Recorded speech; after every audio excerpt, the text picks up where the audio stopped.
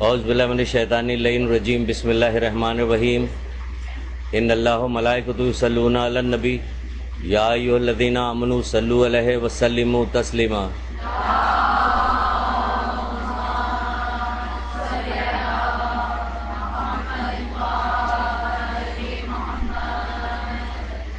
بسم اللہ الرحمن الرحیم ایاک نعبد و ایاک نستعین۔ درود پڑھیے محمد آل محمد۔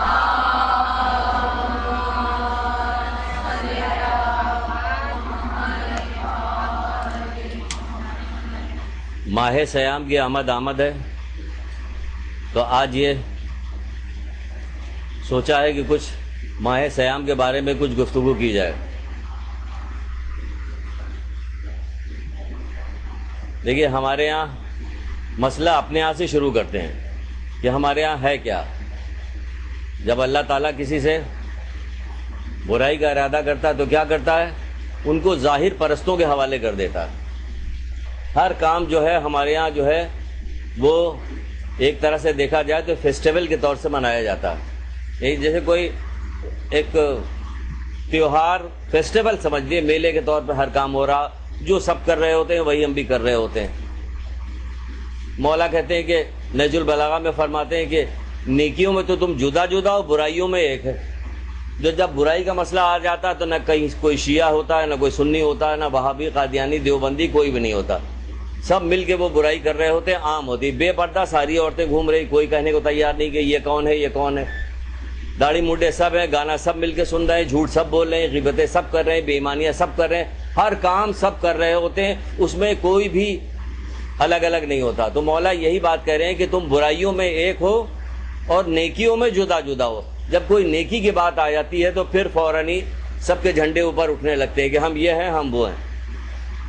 تو بتانے کا مطلب یہ کہ یہ وہ بابرکت مہینہ ہے، عظیم ترین مہینہ ہے، بابرکت مہینہ ہے کہ جس کے سلسلے میں باقاعدہ سیمینارز ہونے چاہیے، اور ہر سال بار بار اس کو ریپیٹ کیا جانا چاہیے، کیونکہ ہر سال ریپیٹ کرنا، تنبیہ کرنا، بار بار کہنا جو ہے ایک انسان کے لیے اتنا ضروری ہے کہ اللہ تعالیٰ بھی بار بار بہت سی چیزوں کو ریپیٹ کرتا ہے۔ وعلیکم السلام۔ اور بہت ساری چیزوں کو اگر نہ دہرایا جائے، نہ تنبیہ کی جائے تو بہت زیادہ خفا ہوتا ہے، یعنی کہ وہ خود بھی چاہتا ہے کہ کسی چیز کو بار بار کہا جائے، یہاں تک کہ اس کو شامل کر دیا جاتا ہے ان چیزوں میں، جیسا کہ آپ کو بار بار پھر وہی کہیں گے بار بار۔ ہم نے بار بار بہت ساری حدیثیں سنائی ہیں، اس میں سے ایک پھر سن لیجئے ابھی بار بار میں۔ وہ کیا ہے کہ حضرت پانچویں امام محمد باقر علیہ السلام،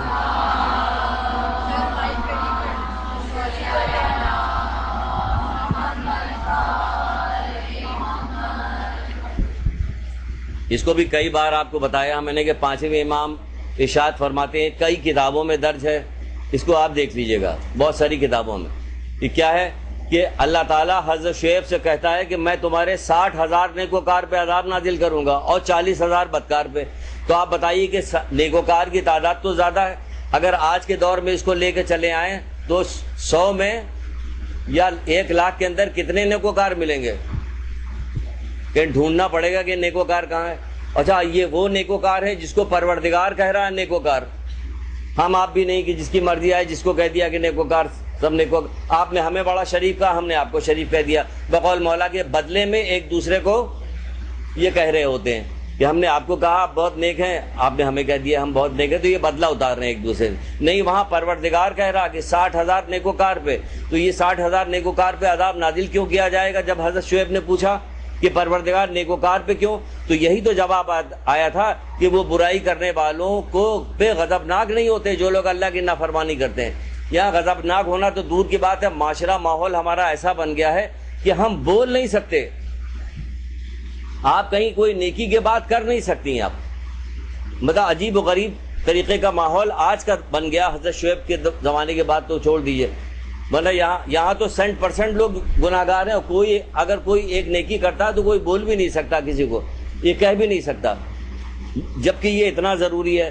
وہ نیکی کر رہے تھے، ان کو بھی دفنایا جا رہا ہے کہ ان پر بھی عذاب برابر سے نازل کیا جا رہا ہے کہ کیوں نہیں بول رہے ہو؟ اللہ تعالیٰ اس بات کو پسند نہیں کرتا، خود غرضی والی عبادت اللہ تعالیٰ کو نہیں پسند ہے کہ آپ نے نیکی کر لی آپ تو جنت پہ چلی جائیے گا، آپ نے حجاب کر لیا، آپ علم دین حاصل کر رہی ہیں، آپ نماز پڑھتی ہیں، روزہ رکھتی ہیں، سب کام کر لیا، اور باقی آپ سے متعلقہ جو لوگ ہیں وہ کچھ بھی نہیں کرتے۔ آپ نے کہا ہم سے کیا مطلب، ہم سے کیا مطلب، اللہ کا فضل ہے ہمارے اوپر تو ہم تو سب کچھ کرتے ہیں۔ اللہ تعالیٰ خود غرض لوگوں کی عبادت کو پسند نہیں کرتا، کوئی بھی نیکی خود غرضی والی اللہ تعالیٰ کو پسند نہیں ہے۔ ہمارے ہاں یہ اگر کہتے بھی ہیں تو لوگ ہمیں روکتے ہیں کہ کہتے ہیں اپنا اپنا کام کرو، ہر آدمی اپنی قبر میں جائے گا، تو یہ ان کے کہنے پہ ہمیں رکنا نہیں چاہیے کہ اگر وہ کہتے ہیں تو ہم رک جاتے ہیں، ایسا نہیں ہونا چاہیے ہمیں۔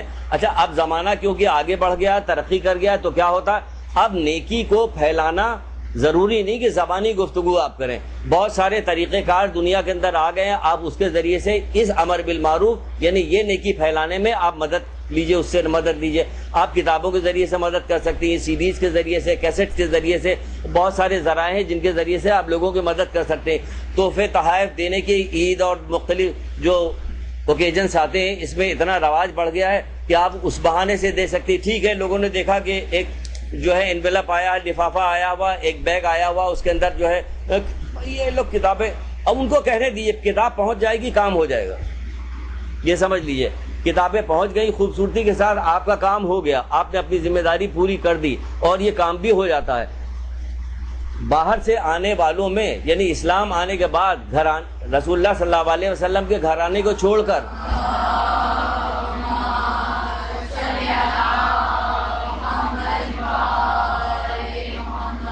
جو لوگ دائرہ اسلام میں داخل ہوئے ان میں سب سے زیادہ بلند مرتبہ کس کا ہے؟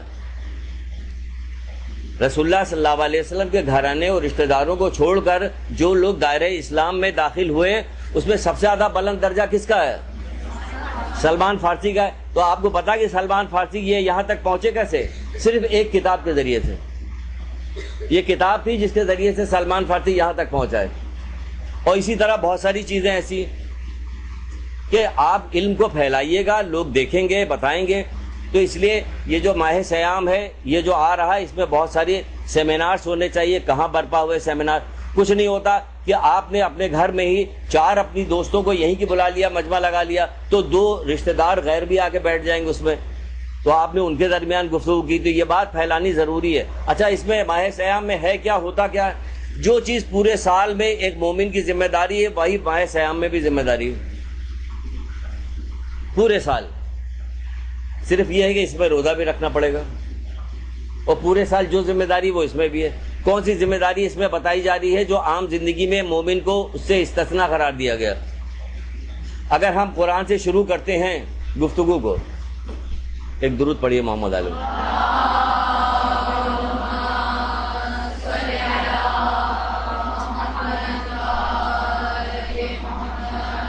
اگر ہم قرآن سے شروع کرتے تھے، ایک تھوڑا سا آپ کو بتا کے جلدی سے ہم اپنے موضوع پہ آتے ہیں، لیکن یہ تمہیدی گفتگو کرنا بہت ضروری ہے۔ اگر قرآن سے شروع کرتے تو قرآن یہی کہتا ہے کہ متقین کے لیے ہدایت کی کتاب ہے۔ دیکھیے اس میں بھی وہی تقویٰ آ گیا، رمضان میں بھی یہی کہا جا رہا ہے کہ روزہ رکھو تاکہ متقی ہو جاؤ۔ تو آپ دیکھیے قرآن سے اگر ہم شروع کریں تو قرآن بھی یہ کہہ رہا ہے کہ متقین کے لیے ہدایت کی کتاب ہے۔ رسول اللہ بھی یہی کہہ رہے ہیں کہ قرآن تمہیں برائی سے روک رہا تو تمہیں پڑھتے رہو، جب تمہیں برائی سے نہ روکے تو گویا تم نے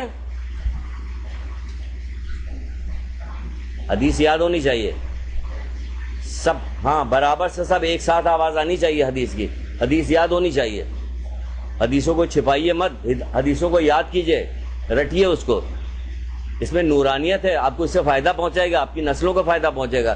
جب تک قرآن تمہیں برائی سے روکے تم اسے پڑھتے رہو، اور جب تم وہ برائی سے نہ روک سکے تو گویا تم نے قرآن نہیں پڑھا۔ پھر وہی آ گیا جو قرآن نے کہا کہ تاکہ تم تقویٰ اختیار کو، متقین کے لیے ہدایت کی کتاب ہے یہ قرآن۔ اچھا اب اس سے آگے بڑھتے تو آئیے نماز کے اوپر آ جاتے۔ نماز کیا کہتی ہے؟ پھر آ گئی، اس میں شک نہیں کہ نماز تم کو بے حیائی بری باتوں سے باز رکھتی ہے۔ پھر وہی تقویٰ آ گیا اس کے اندر، ہو رہا کہ نہیں ہو رہا؟ جس کی نماز اسے بے حیائی بری باتوں سے باز نہیں رکھتی، ایسی نماز اسے اللہ سے قریب کرنے کے بجائے اللہ سے دور کر دیتی ہے۔ ہو رہا کہ تو نماز، اب اگر نماز کے بعد روزے پہ آ جائے تو جس طرح پچھلی امتوں پہ روزے فرض کیے گئے تم پہ روزے فرض کیے، تاکہ تم ایک ہر چیز کی ایک غرض بتائی جا رہی ہے، تقویٰ اختیار کرو اور صادقین کے ساتھ ہو جاؤ، سچوں کے ساتھ ہو جاؤ۔ کب؟ تقویٰ اختیار کرنے کے بعد۔ یہاں سچوں کے ساتھ کرنے کے بعد کہ محمد آل محمد سے ہم لوگ ماننے والے ہیں، ہر گناہ کی چھٹی دلائی جاتی ہے۔ قرآن یہ کہہ رہا ہے کہ تقویٰ اختیار کرو اور صادقین کے ساتھ ہو جاؤ. ہمیں چھٹی دلائی جا رہی ہے. آپ لوگوں پہ مت جائیے, معاشرے پر نہ جائیے. زمانہ جیسے جیسے آگے بڑھے گا ویسے ویسے خراب ہوتا جائے گا. اللہ کے رسول کہتے ہیں کہ قیامت تو بدترین لوگوں پہ واقع ہوگی, تو ہمیں ان سے اپنے آپ کو بچانا ہے. ہمیں ان لوگوں سے اپنے آپ کو نکال کے الگ لے کے جانا. آخر یہ 40,000 بدکار تھے تو 60,000 نیکوکار تھے. اللہ تعالیٰ نے بھی تو کہا کہ نیکوکار.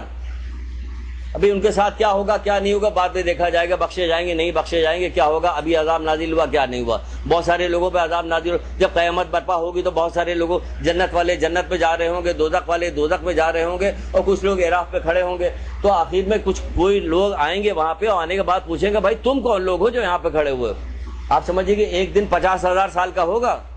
قیامت کا ایک دن 50,000 سال کا ہوگا, اور جنت والے جنت پہ جا رہے ہیں, دوزخ والے دوزخ پہ جا رہے ہیں.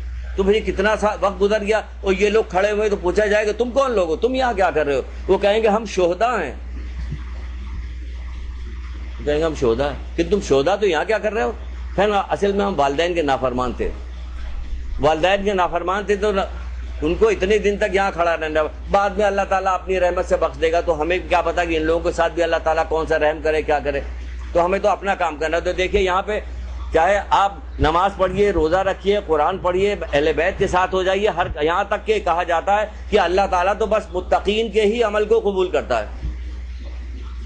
قرآن جو کہتا ہے انجام بخیر تو بس پرہیزگاروں کا ہی ہے, متقین کا ہی. یعنی ہر کام جو ہے وہ تقوی کی بنیاد پہ ہی چلے گا. تقویٰ سب سے زیادہ چھوڑا جا رہا, سب سے زیادہ مشکل سمجھا جا رہا. یہ پورا جو ماہ سیام آ رہا ہے اس میں بھی یہی چیز بتائی جا رہی ہے کہ روزہ رکھو تاکہ تم متقی ہو جاؤ. اس کے باوجود روزہ رکھو تاکہ تم متقی ہو جاؤ. جب تاکہ متقی ہو جائے تو سال بھر ہمیں تقویٰ چاہیے, سال بھر ہمیں ہر کام میں تقوی. لیکن اس کے بعد الگ سے بہت ساری چیزوں کا تذکرہ کیا جاتا ہے.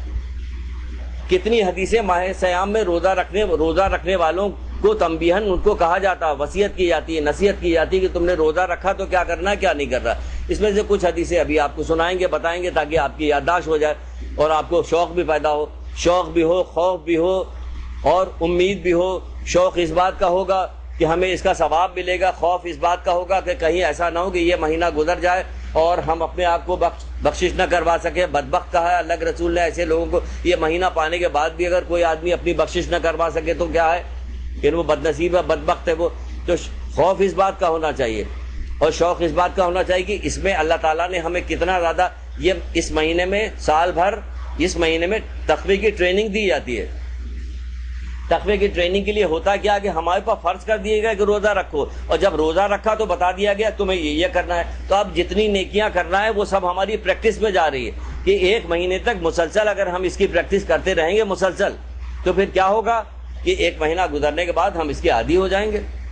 جب اس کے عادی ہو جائیں گے تو بہت سارے گناہ ہم سے چھوٹ جائیں گے, بہت ساری نیکیاں انجام دیتے رہیں گے. ہم اس کے عادی کہاں ہوتے ہیں. اگر آپ اپنا معاشرہ دیکھیں, جب تک معاشرہ نہیں دیکھیں گے جہاں ہم رہتے ہیں تب تک ہم احتیاط نہیں کر سکتے. اگر لاوالی پن سے کسی جنگل سے ہم گزر رہے ہوں گے اور جہاں کانٹے دار جھاڑیاں ہوں گی تو پھر کیا ہوگا, ہمارے کپڑے تو تار تار ہوتے چلے جائیں گے. ہمیں ہر طرف دیکھنا ہوگا, احتیاط کرنا ہوگا اور احتیاط کے ساتھ چلنا ہوگا. ہمیں اپنے معاشرے میں دیکھتے جب عید کا دن آتا تو کیا ہوتا,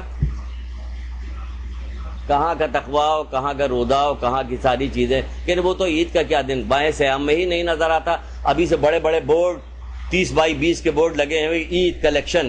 ارے ابھی تو رمضان ہی نہیں شروع ہوا بھائی, عید کلیکشن کہاں سے آ گیا.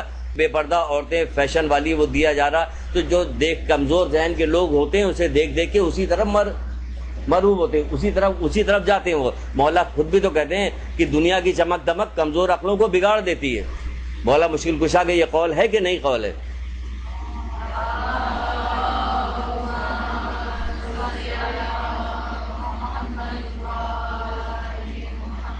دنیا کی چمک دھمک کمزور عقلوں کو بگاڑ دیتی ہے.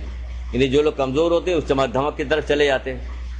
جو لوگ طاقتور ہوتے ہیں وہ بھوک ہو یا پیاس ہو یا خوف ہو مولا ہی کے ساتھ رہتے ہیں, ہے نا. ادھر تو چمک دمک کچھ بھی نہیں تھی نا, تو وہ مولا کے ساتھ تھے. جن لوگوں کو دنیا چاہیے, رے کی حکومت چاہیے, وہ یزید کی طرف چلے گئے. پھر انجام کیا ہوا, آج تک اسی کو پیٹ رہے ہیں ہم لوگ. لیکن کیا ہوا, اس کے فلسفے کو نہ سمجھ کے عمل ویسے ہی کر رہے ہیں کہ ہم بھی دنیا کی چمک دھمک کی طرف بھاگنے لگتے ہیں. تو بہرحال ہمیں روزہ رکھنا ہے. یہ روزہ کیسے رکھنا ہے, کیا کرنا ہے, اس کے اندر کیا چیز اہم ہے, تقویٰ کیسے اختیار کریں گے, اس کی صرف ایک چیز اگر آپ مد نظر رکھ لیجئے، کیا ہے؟ صبر۔ یہ صبر کے بغیر تو کوئی کام ہونے والا نہیں ہے۔ روزہ بھی صبر کا بہت بڑا امتحان ہے کہ روزہ رکھیں ہم، اور اگر صبر نہ کرے تو کسی فضیلت کو پا نہیں سکتے، کوئی نیکی اختیار نہیں کر سکتے، کسی گناہوں سے بچ نہیں سکتے۔ تو کیا ہوگا؟ روزہ رکھنا ہے ہمیں صبر کے ذریعے سے۔ صبر اہم ترین چیز ہے کہ اس کے اندر بھی صبر جو ہے وہ سب سے زیادہ اہم ترین ہے۔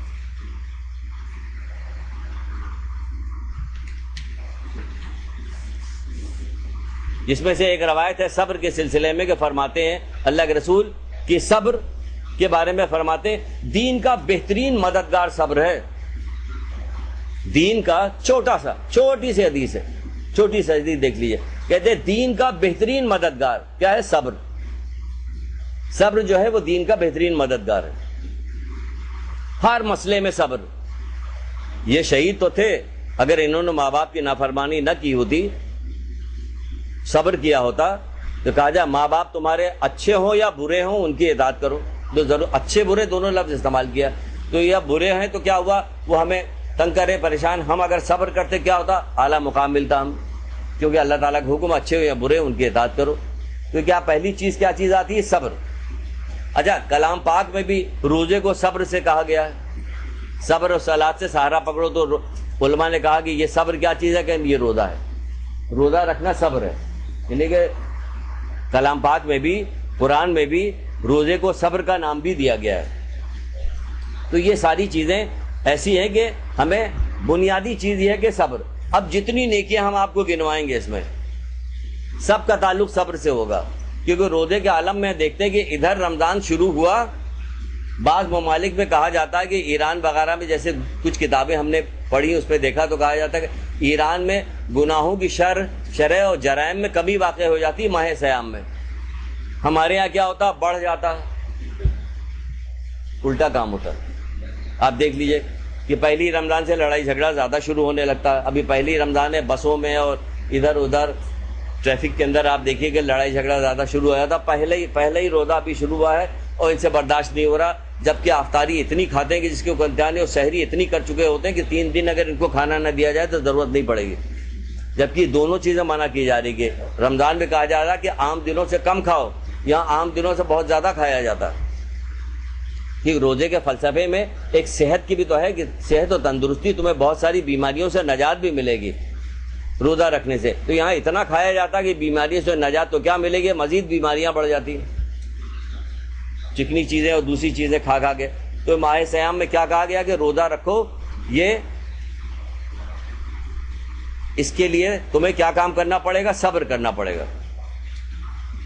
بہرحال اچھا، اس کا فائدہ اتنا ہے اس رمضان میں جو کہا جاتا ہے کہ یہ برکت کا مہینہ، رحمت کا مہینہ، مغفرت کا مہینہ، دعا کا مہینہ، تلاوت قرآن کا مہینہ، یہ کہا جاتا ہے۔ اتنی چیزیں گنائی گئی کہ ان تمام چیزوں کا مہینہ۔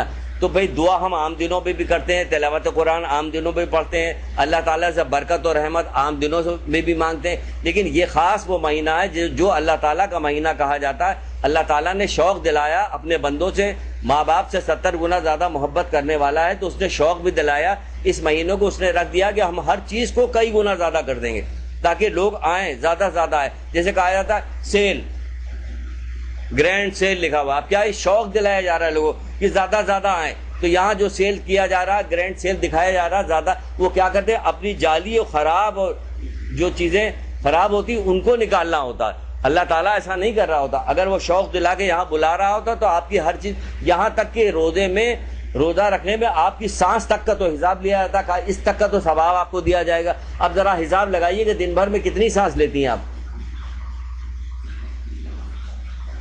خود سوچئے کہ ہمارا سانس لینا جو ہے، سانس لے رہے ہیں اس تک کے ثواب پر، تو یہ اس سے زیادہ شوق اور کیا دلایا جائے گا؟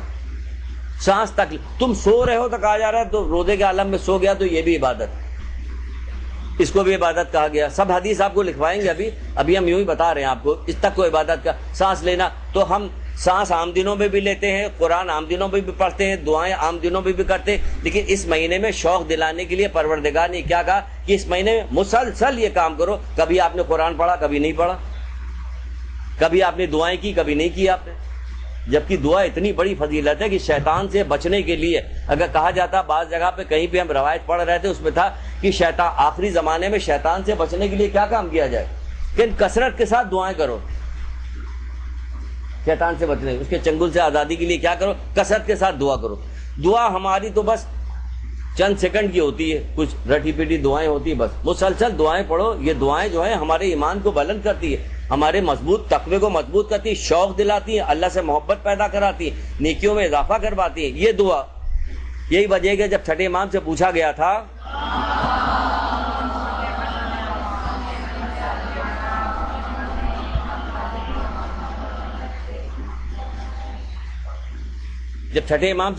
کہ وہ دو آدمی جو مسجد میں نماز پڑھ رہے تھے، ایک آدمی نماز پہ نمازی پڑھے جا رہا تھا اور ایک آدمی نماز پڑھ کے دعا کر رہا تھا، تو چھٹے امام سے پوچھا گیا مولا دونوں میں سے کون بہتر ہے؟ تو مولا نے کیا کہا کہ دونوں بہتر ہے. کہ مولا زیادہ بہتر کون ہے؟ کہ جو دعائیں کر رہا ہے. اتنی اہم ترین چیز ہے یہ دعا. تو بہرحال اس مہینے میں دعائیں بھی کثرت کے ساتھ کیجیے، دعا کیجیے، قرآن پڑھیے اور دوسرے کام انجام دیجیے. اور لوگوں کو بھی بتائیے، لوگوں سے بھی کہیے، منع کیجیے، لوگوں کو برے کام سے منع کیجیے، نیکی کا فائدہ انہیں بتائیے. جو کچھ نیکی کا فائدہ آپ کو بتایا جائے گا اس میں آپ بتائیے. ایک مقام پر اصول کافی میں رسول خدا صلی اللہ علیہ وآلہ وسلم کی روایت ہے.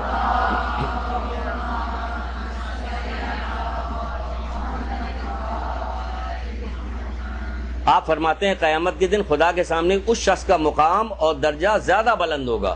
قیامت کے دن خدا کے سامنے اس شخص کا درجہ اور مقام اور درجہ زیادہ بلند ہوگا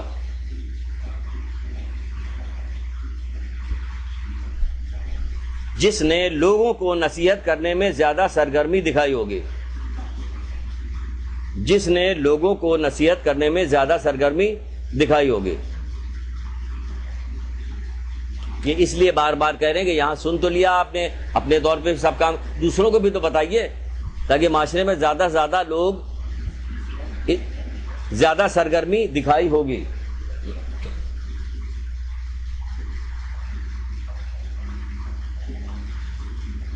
پھر امام جعفر صادق علیہ السلام بس دو روایت اس کی لکھی ہے، پھر ہم اپنے موضوع پہ آ رہے ہیں. تمہیں خلق خدا کو نصیحت کرنی چاہیے.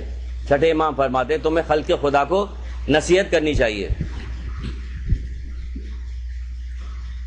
کیونکہ تم اس سے بہتر کوئی عمل نہیں پاؤ گے. کیونکہ تم اس سے بہتر کوئی عمل نہیں پاؤ گے.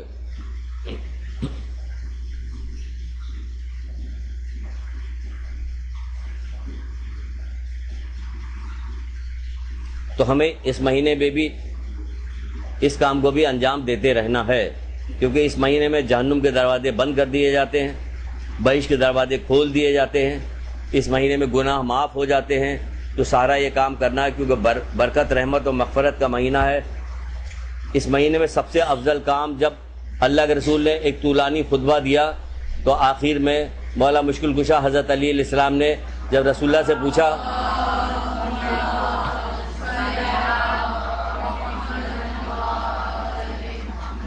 کہ اے اللہ کے رسول اس مہینے میں سب سے بہتر کام کون سا ہے؟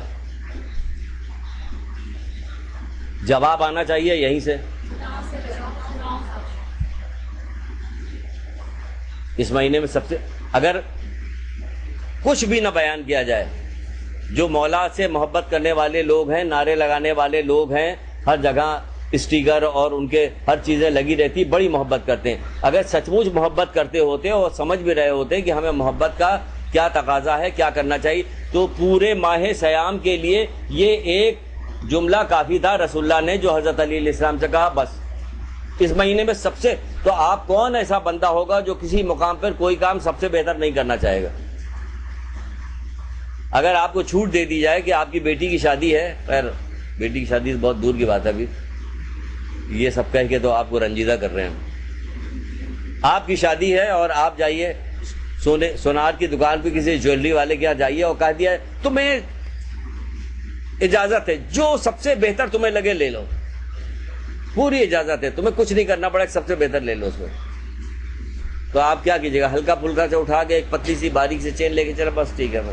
ایسا نہیں کیجیے گا، کھنگال ڈالیے کہ پوری دکان اس کی تب جا کے سب سے بہترین چیز ہوگی وہ لے کے آئیے گا. اور ہر جگہ یہی آپ کام کرتی ہیں. پیسہ مجبور کرتا ہے, ورنہ دل تو آپ کا یہی چاہتا ہے کہ ہر چیز میں سب سے بہترین چیز خریدی جائے. اور یہاں کہا جا رہا, آپ کے اختیار میں دیا جا رہا کہ اللہ کے رسول سے پوچھ رہے ہیں, اے اللہ کے رسول اس مہینے میں سب سے بہتر کام کیا ہے؟ تو وہ بتا رہے گناہوں سے بچنا. یہ تو آپ کے اختیار میں کہ گناہوں سے بچنا, لیکن آپ اس میں سب سے بہتر کام کرنے کو تیار نہیں ہیں. یہاں بھی تو سب سے بہتر کام کیجئے کہ گناہوں سے بچیے. اب کون کون سا گناہ ہے, کس سے بچنا ہے, کیا ہے, وہ ابھی آگے چل کے بتاتے ہیں کہ کون کون سے گناہ کیا کرنا.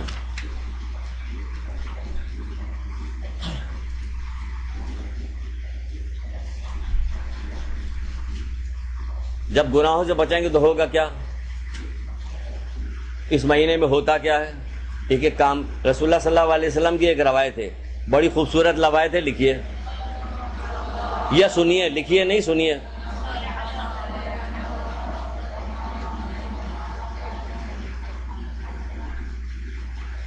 یہ ہے, ایسا لگ رہا ہے جیسے آج روزہ ہے سب کا, آج ہی سے شروع ہو گیا.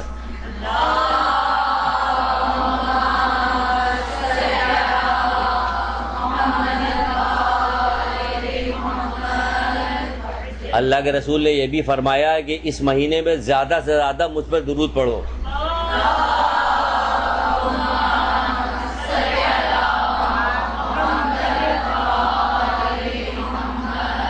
آپ بھی سوچ لیجئے کہ ہم ماہ سیام میں کیا کیا کام کریں گے. آپ کو ایک لسٹ بنانی چاہیے کہ ہمیں یہ کام کرنا ہو, اس میں درود کو بھی شامل کیجئے گا, کیونکہ اس میں کیا کہا گیا, زیادہ سے زیادہ درود پڑھو مجھ پہ. اب عام دنوں میں تو ایک تسبیح پڑھتی تھی یا 2 تسبیح پڑھتی تھی, اب اس میں اضافہ کر دیجیے گا, نہیں ہم 3 تسبیح پڑھیں گے. کچن کے اندر موجود ہے تب بھی آپ تسبیح پڑھتی رہیے, ہاتھ میں تسبیح آپ پڑھ رہی, کوئی دیکھے گا تو وہ بھی پڑھنے لگے گا, یا آپ کی شاید کوئی کسی کے سمجھ میں آ جائے تو وہ مدد کر دے آپ کی, ورنہ آپ سے تو صرف وہیں رکھا جائے گا آپ کو.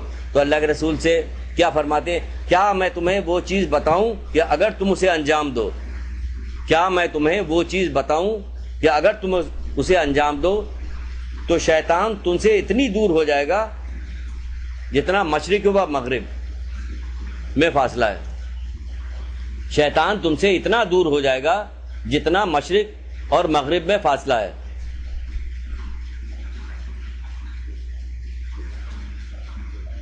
عرض کیا گیا کہ اے اللہ کے رسول بتائیے, تو آپ نے فرمایا رمضان کا روزہ شیطان کے چہرے کو کالا کر دیتا ہے. رمضان کا روزہ شیطان کے چہرے کو کالا کر دیتا ہے.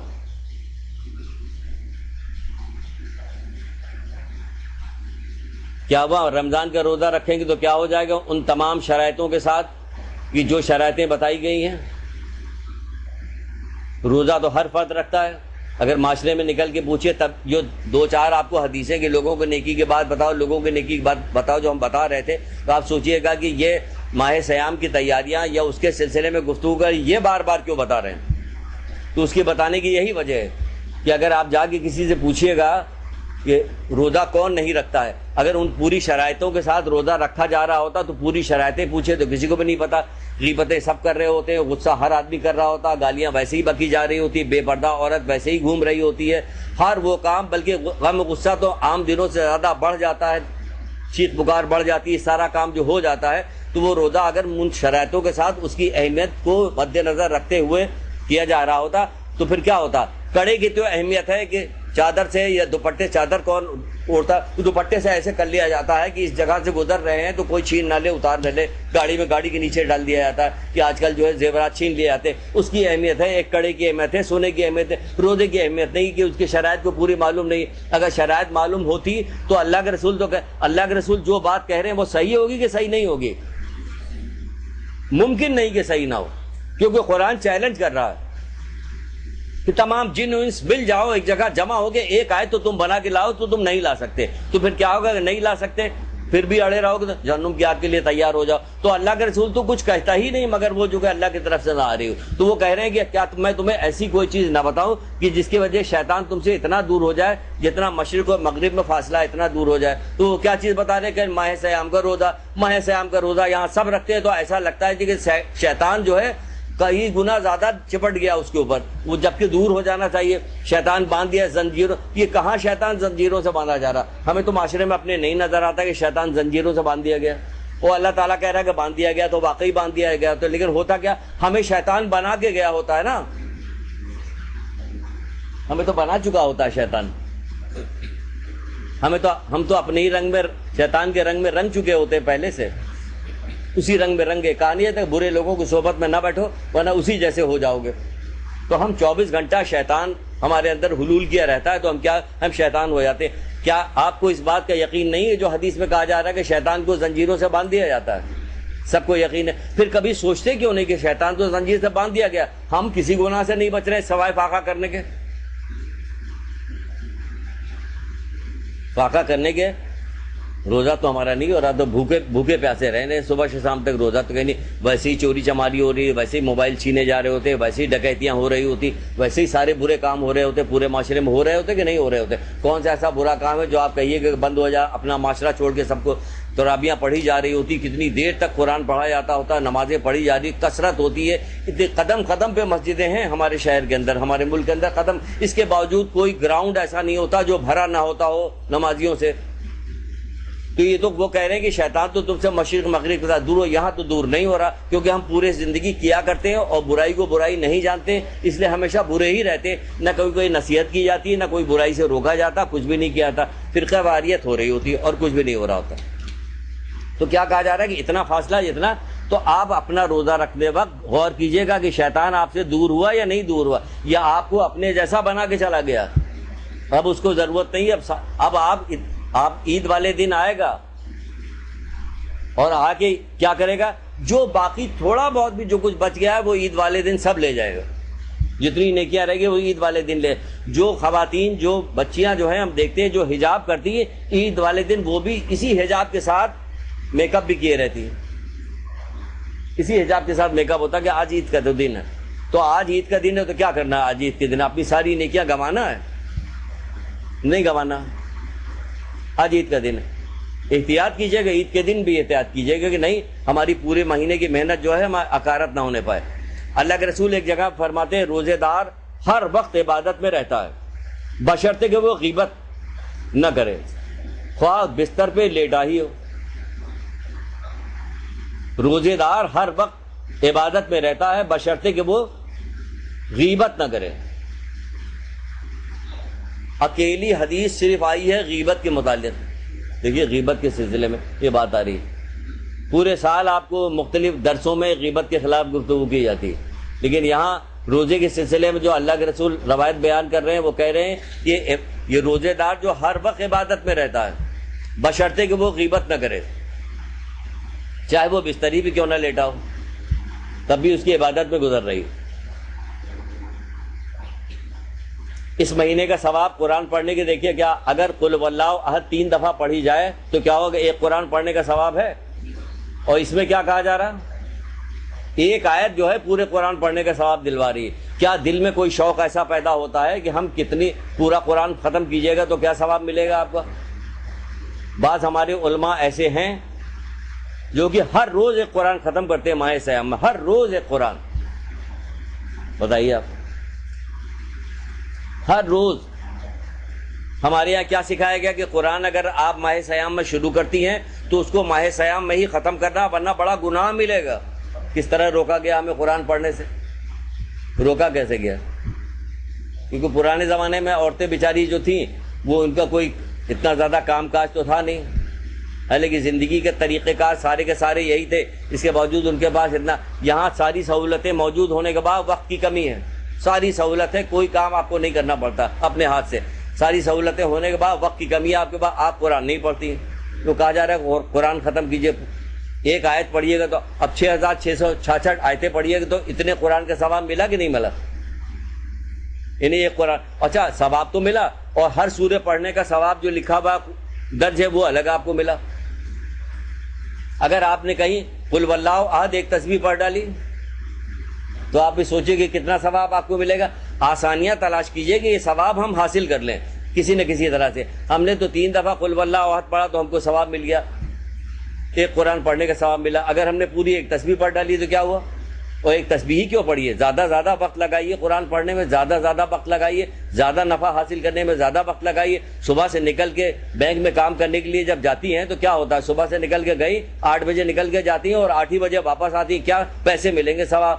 تو یہاں بھی تو ثواب مل رہا ہے آپ کو، وہاں کا پیسہ کچھ پتہ نہیں کہ وہاں سے لانے کے بعد کتنا بجلی کا بل زیادہ آ گیا اور کیا ہو گیا کیا نہیں ہوا، ضائع جاتا ہے۔ یہ اللہ تعالیٰ کا ثواب ضائع ہونے والوں میں سے نہیں ہے، یہ نہیں ضائع ہوگا۔ تو اس میں زیادہ زیادہ اس کو حاصل کرنے کی کوشش کیجئے کہ آپ زیادہ زیادہ قرآن کو پڑھتی جائیے۔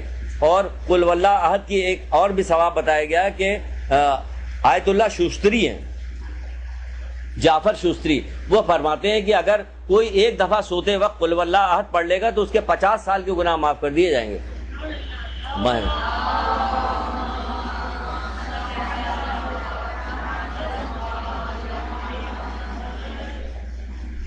فرماتے جس نے ایک دفعہ سونے سے پہلے قل واللہ، ایک دفعہ سونے سے پہلے، آپ سوچئے کیا فائدہ بتایا جا رہا، تو اس کے 50 سال کے گناہ معاف ہو جائیں گے، اور جس کی عمر ہی 50 سال نہ ہو تو کہا جا رہا ہے اس کے آئندہ کے گناہ معاف کر دیے جائیں گے۔ اتنا ثواب ملا۔ یہ مہینہ کیسا آ رہا اور کتنے ثواب ہے، ان میں سے نہ ہوئیے گا، لیکن بیچ بیچ میں سے ہاں آپ کو تنبیہ بھی ثواب سے گناتے جا رہے ہیں اور تنبیہ کرتے جا رہے ہیں، ان میں سے نہ ہو جائیے گا جو لوگ راتوں کو تو نماز شب کے لیے اٹھتے ہیں مگر انہیں سوائے بیداری کا کچھ حاصل نہیں ہوتا، شرائط پوری نہیں کرتے نا، نہیں ہوتا۔ اور کتنے سارے روزے دار ہیں جنہیں سوائے بھوک و پیاس کے اور کچھ حاصل نہیں ہوتا۔ تو یہ بھوک و پیاس والا روزہ مت رکھیے گا، بلکہ روزہ رکھیے گا ایسا روزہ رکھیے کہ جس میں آپ کو فائدہ ملے، ثواب ملے گا۔ قرآن پڑھنے کا دعائیں زیادہ سے زیادہ کیجیے، توبہ کیجیے، استغفار کیجیے، دعا پڑھیے، یہ ساری چیزیں ہیں جو آپ کرتی رہیے۔ اور اس میں کیا کرنا ہوگا، اب سنتی جائیے کیا کرنا ہوگا۔ 8ویں امام، امام رضا علیہ السلام ارشاد فرماتے ہیں،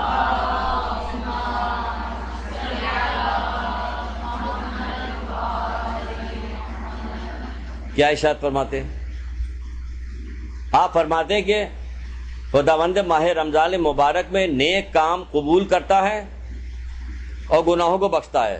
جو اس مہینے میں قرآن کی ایک آیت کی تلاوت کرے گا اس سے دوسرے مہینوں میں قرآن کی ختم کرنے کے برابر اجر ملے گا۔ ٹھیک ہے نا، یہاں تک آ گئے آپ۔ اس کے بعد اگر کسی مومن کو چہرے کو دیکھ کر مسکراہٹ لائے، کسی مومن کے چہرے کو دیکھ کر مسکراہٹ لائے تو کیا ہوگا اس کے لیے ہوگا، اس کو خوش کرے گا تو قیامت کے دن وہ مومن اس کے لیے مسکراہٹ کے اسباب فراہم کرے گا اور اس کو خوش کرے گا اور اس کو بہشت کی بشارت دے گا۔ کیا؟ مومن کو خوش کرنے کے لیے۔ جب آپ کسی مومن کو خوش کیجیے گا ماہ سیام میں تو یہ فائدہ ہوگا کہ قیامت کے دن وہ آپ کو خوش کرے گا اور جنت کی بشارت آپ کو دے گا۔ اور ایسے بھی آپ کو پتا ہے کہ مومن کو خوش کرنے کا ثواب کتنا زیادہ ہے۔ اللہ تعالیٰ کے نزدیک ایمان کے بعد مومن کو خوش کرنے سے زیادہ تو کوئی اور چیز پسندیدہ نہیں ہے، اللہ تعالیٰ پہ ایمان لانے کے بعد سب سے زیادہ تو۔ لیکن اگر اس مہینے میں خوش کیا جائے تو کیا ہوگا؟ یہ رسول اللہ صلی اللہ علیہ وسلم کی باقاعدہ روایت ہے، چھٹے امام کی روایت ہے۔ کیا کہتے ہیں کہ اللہ تعالیٰ کے نزدیک ایمان کے بعد مومن کو خوش کرنے سے بڑھ کر اور کوئی عمل افضل نہیں ہے جو اس مہینے میں کیا جائے گا۔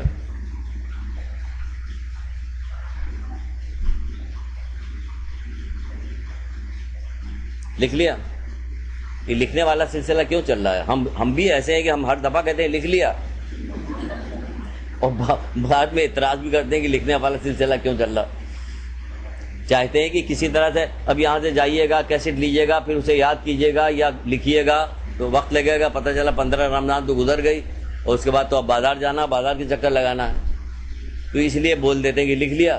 تو کیا اللہ تعالیٰ کے نزدیک ایمان کے بعد مومن کو خوش کرنے سے بڑھ کر اور کوئی عمل افضل نہیں ہے، چھٹے امام فرماتے ہیں۔ تو یہ کیا چیز بتا رہے ہیں وہ کہ مومن کو خوش کرے، ایک قرآن کی آیت پڑھنے کو کہہ رہے ہیں، پھر کہہ رہے ہیں مومن کو خوش کرے، مسکراہٹ لائے، پھر وہ کہہ رہے ہیں کہ اگر کوئی شخص اس مہینے میں کسی مومن کو مدد کرے، اگر کوئی شخص اس مہینے میں یعنی ماہ سیام میں کسی مومن کی مدد کرے تو قیامت کے دن پل صراط پر اس کی مدد کرے گا، تو وہ قیامت کے دن پل صراط پر اس کی مدد کرے گا، جس دن تمام قدم لرز رہے ہوں گے، مدد کرے، مومن کی مدد کرے اس مہینے میں۔ بہانے سے مدد کیجیے. والدین کو یاد کیجیے اس مہینے میں. عید پہ اگر آپ کے والدین ہوتے تو ان کے لیے کپڑے بنواتے, سب چیزیں کیجیے. پہلے ہی سے مومن کے لیے لے جا کے کسی مومن کو کچھ کپڑے لتے ان کے دے کے آئیے, مدد کر دیجیے. اس مہینے میں سحری اور افطار کے بعد بہت ساری چیزوں کی ضرورت ہوتی ہے. بہت سارے مومن ایسے بیچارے ہوتے ہیں جن کی بھی دل چاہتا ہے کہ وہ ماہ سیام میں اچھی چیزیں کچھ کھائیں, تقویت والی چیزیں کچھ کھائیں. تو آپ جا کے سحری اور افطار کے نام سے کچھ مومن کے نہ بھی نام لیجیے, اپنی عزیز رشتہ دار, بہنیں, بھائی یا کوئی اور بھی عزیز رشتہ دار ہو, اس کی کسی نہ کسی بہانے سے اس مہینے مدد کر دیجیے. تو کہتے ہیں اللہ کے رسول کہتے ہیں, جب کسی نے کہا اللہ رسول ہماری تو اتنی استطاعت نہیں, تو اللہ کے رسول نے کہا ایک گھونٹ پانی سے ایک ٹکڑے سے ہی مدد کر دو. یعنی اتنا ثواب ہے اس مہینے میں کہ ایک گھونٹ پانی سے ایک ٹکڑے سے ہی مدد کر دو. یعنی ضائع نہ جانے دو یہ والا مہینہ کسی طرح سے. تو ہمیں بہترین مہینہ آیا, بہترین موقع ہمیں مل رہا. آپ اپنی تمام ضرورتوں کو جو سمجھ سکتی کہ نہیں اس کے نہ ہونے سے کوئی فرق نہیں پڑے گا, لیکن اتنا بڑا ثواب نکل جائے گا, اتنا بڑا فائدہ نکل جائے گا اس مہینے کے گزر جانے کے بعد, پھر پتہ نہیں اگلے سال کیا ہوتا اور کیا نہیں ہوتا. تو اس لیے اسی مہینے میں مدد کرنا ہے, مومن کی مدد کرنا. کسی نہ کسی بہانے سے جائیے گا, مومن کی مدد کیجیے گا. پھر جبکہ مدد کرنے کا فائدہ عام دنوں میں بھی اتنا ہی بتایا گیا, لیکن اس مہینے میں مدد کا ثواب زیادہ بتایا گیا. اللہ کے رسول کہتے ہیں کہ میرے نزدیک کسی مومن کی مدد کرنا ایک مہینہ روزہ رکھنے اور مسجد الحرام میں اعتکاف میں بیٹھنے سے زیادہ پسندیدہ ہے.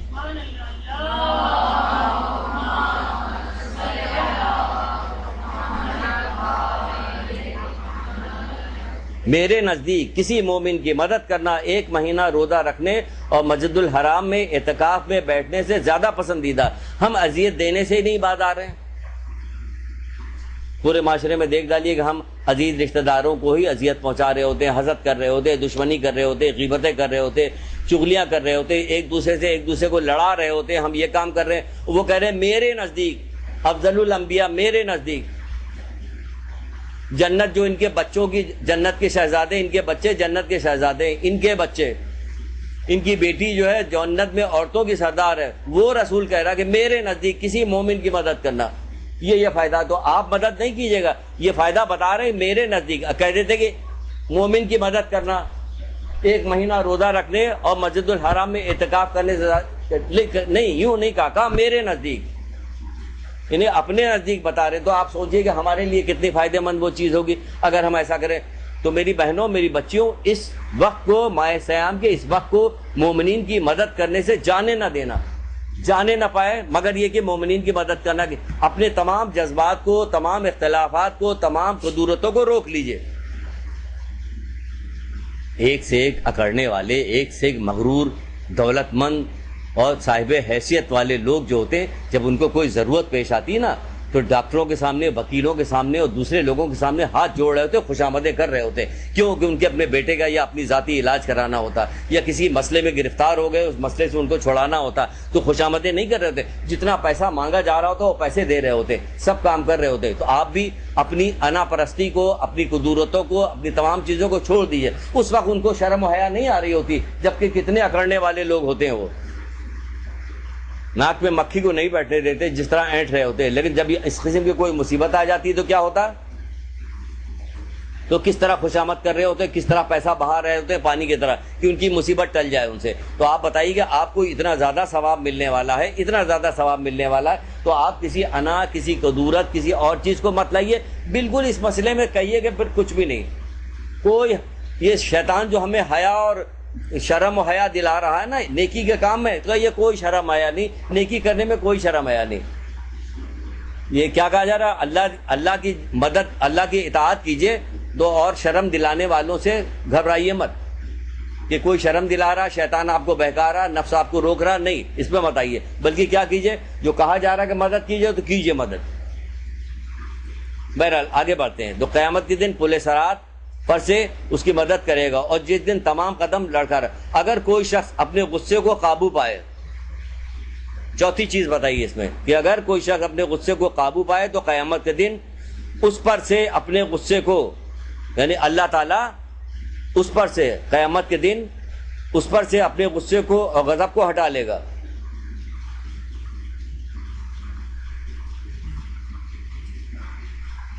غصہ ہی بہت آتا ہے اس مہینے میں, سب سے زیادہ غصہ آ رہا ہوتا ہے. تو کہتے ہیں ہٹا لے گا، اپنے غصے کو ہٹا لے گا۔ کسی نے آ کے اللہ کے رسول سے کہا کہ اے اللہ کے رسول، کہ میں اللہ کے غضب اور اس کی ناراضگی سے محفوظ رہنا چاہتا ہوں، اس کے لیے کیا کروں؟ اللہ کے غضب اور اس کی ناراضگی سے محفوظ رہنا چاہتا ہوں، یعنی بچنا چاہتا ہوں، تو میں کیا کروں؟ ہمیں بھی سوچنا چاہیے کہ ہاں بھائی سوال تو بڑا اچھا کیا، یہ تو ہر آدمی کے ساتھ پیش آنے والا ہے کہ اللہ کے غضب سے بچ جائیں ہم کسی طرح، تو کیا کریں؟ تو اس کی ترکیب کیا بتائیے؟ آپ نے ارشاد فرمایا کسی پہ غضبناک نہ ہو، کسی پہ غضبناک نہ ہو۔ یہاں کیا پوچھنا؟ اختیار مل جائے پھر دیکھیے، وہ سر عابد آپ سے کہتے نہیں تھے، کسی درس میں آپ سے کہا ہوگا، آپ کو بتایا ہوگا کیا کریں کہ غصہ بڑا چالاک ہوتا ہے، ہمیشہ کمزوروں پہ مجبور لوگوں پہ آتا ہے، طاقتور لوگوں پہ نہیں آتا ہے نا۔ یہ غصہ کیا چالاک ہوتا ہے، تو صحیح بات انہوں نے کی کہ غصہ بڑا چالاک ہوتا ہے، ہمیشہ کمزوروں پہ آتا ہے، کسی طاقتور آدمی پہ نہیں آتا۔ جب کسی آدمی نے نیچے سے اچھا کپڑا پہن کے گزر رہا تھا، اوپر سے کسی نے دال پھینک دی، یہاں تو عادت ہے نا، گھر میں ڈسٹ بن موجود ہے، سب کچھ موجود ہے، لیکن لوگوں کی عادت ہے کہ کوئی اس قسم کی چیزیں جو باہر اٹھا کے پھینک دیتے ہیں۔ یہ ہمارے معاشرے کا کلچر ہے۔ ہمارے یہاں اپارٹمنٹ کے اندر روزانہ صبح کے بعد جمعدار آتا ہے، دروازے پہ بیل بجا کے سب کے دروازے سے جو ان کی ڈسٹ بن ہوتی، کوڑے دان ہوتا، اس کو اٹھا کے لے جاتا۔ یقین جانیے کہ اس کے جانے کے آدھے گھنٹے بعد دیکھیے پورے اپارٹمنٹ کے اندر گندگی پھیلی رہتی، سب چیزیں ادھر سے ادھر پھینکی جا رہی۔ یہ کلچر بنا، ہم کو ان تمام برائیوں سے اپنے آپ کو نکال لینا، اپنے آپ کو نکال لینا۔ کتنے انبیاؤں کے واقعات جب حیات القلوب پڑھیے گا تو اس میں دیکھیے گا کتنے انبیاؤں کے واقعات ہیں کہ پورے جگہ قریہ سے پورے لوگوں میں حضرت ابراہیم علیہ السلام تبلیغ کر رہے، ایک آدمی نکل کے آ رہا۔ تعریف تو ہو رہی نہیں کہ ایک آدمی نکل کے آ رہا، ایک آدمی نکل کے آ رہا، کیا ہو رہا؟ تعریف ہو رہی۔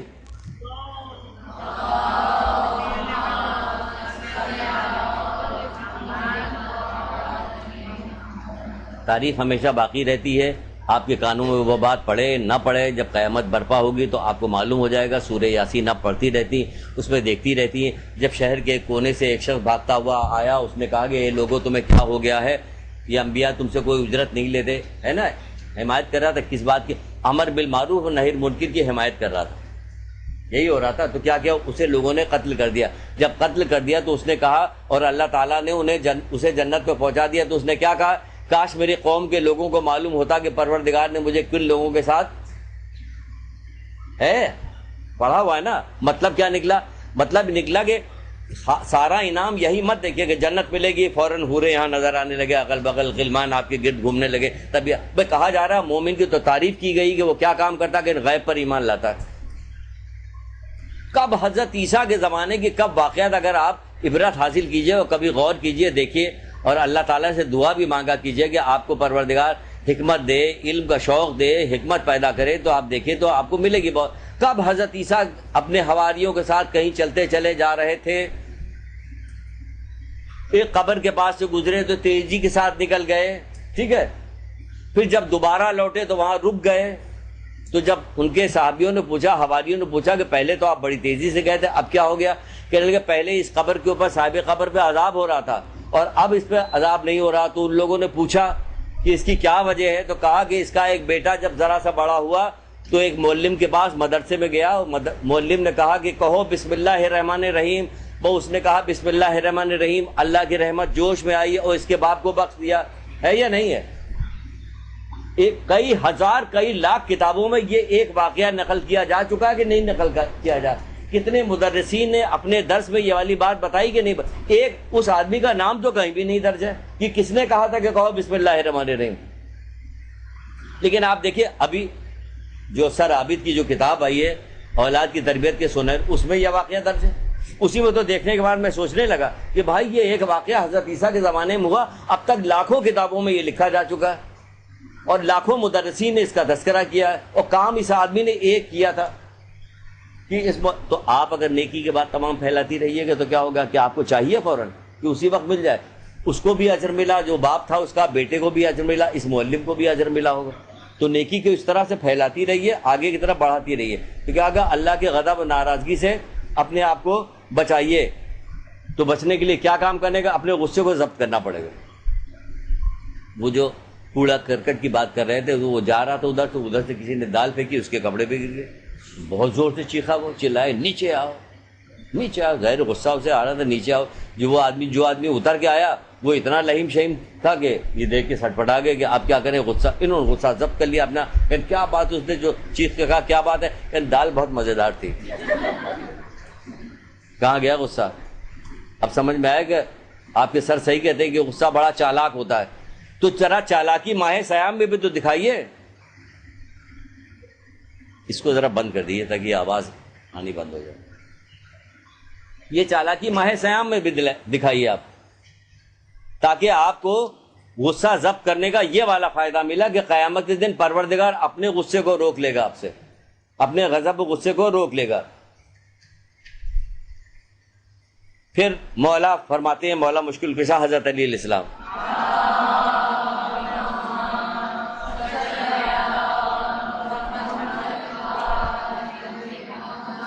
آپ کہتے ہیں جس شخص پہ غصہ اور خواہشات غالب آ جائیں اس کا شمار جانوروں میں ہوتا ہے. اسی بہانے سے غصے سے بچ جائیے. اس مہینے میں آپ پریکٹس شروع کیجئے گا اور غصے سے بچ جائیے گا، پورے سال بچی رہیے گا. ورنہ شمار کس کا کریں؟ جانوروں میں شمار ہوتا ہے اس کا. جس شخص پہ غصہ اور خواہشات غالب آ جائیں اس کا شمار جانوروں میں ہوتا ہے، مولا فرما رہے. پھر مولا ہی ایک جگہ فرماتے کہ جو اپنے غصے کو قابو میں نہیں کرتا ہے، یعنی جو اپنے غصے کو قابو میں نہیں کر پاتا، تو پھر کیا ہوتا ہے؟ وہ ہم میں سے نہیں ہے.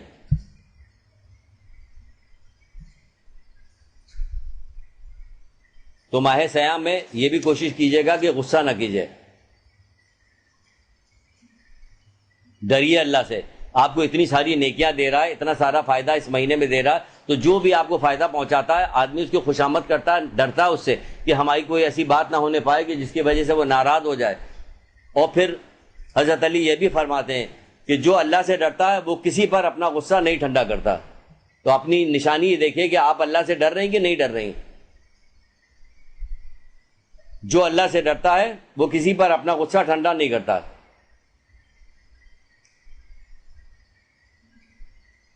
پھر 8ویں امام ارشاد فرماتا ہے آگے 5ویں چیز کہ اگر کسی مظلوم کی مدد کرے اس مہینے میں، کیا ہوگا؟ اگر کسی مظلوم کی مدد کرے تو خدا دنیا میں اس کے دشمنوں کے خلاف مدد کرے گا. اگر کسی مظلوم کی مدد کرے تو اللہ تعالیٰ دنیا میں اس کی اور اس کے دشمنوں کے خلاف مدد کرے گا. اس کے دشمنوں کے خلاف مدد کرے گا اور قیامت کے دن بھی اس کی مدد کرے گا.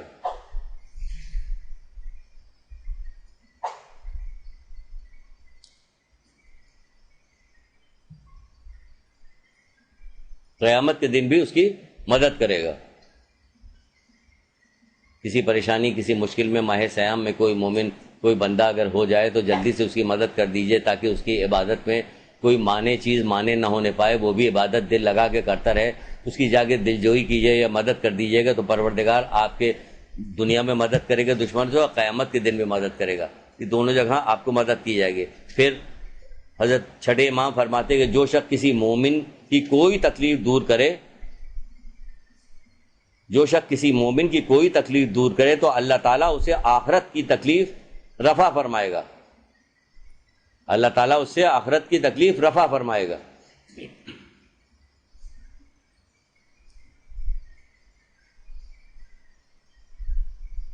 اور وہ قبر سے ٹھنڈے کلیجے کے ساتھ باہر نکلے گا.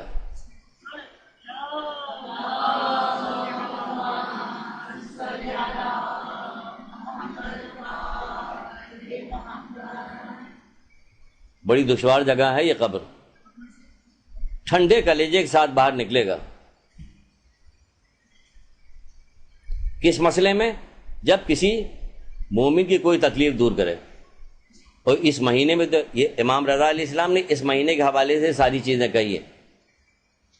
آپ کہیے بس اس مہینے میں کر لیں گے، اگلے مہینے تو پھر ہم ہیں اور وہ ہے، پھر کیا پوچھنا. نہیں، ایک مہینے تک مسلسل عادت ڈالیے تو انشاءاللہ اگلے مہینے میں، ایسا نہیں ہونے پائے گا. پورے سال آپ کی ایک عادت بن جائے گی، اور جب عادت بن جائے تو آپ کو تو پتا ہے کہ عادت کا بدلنا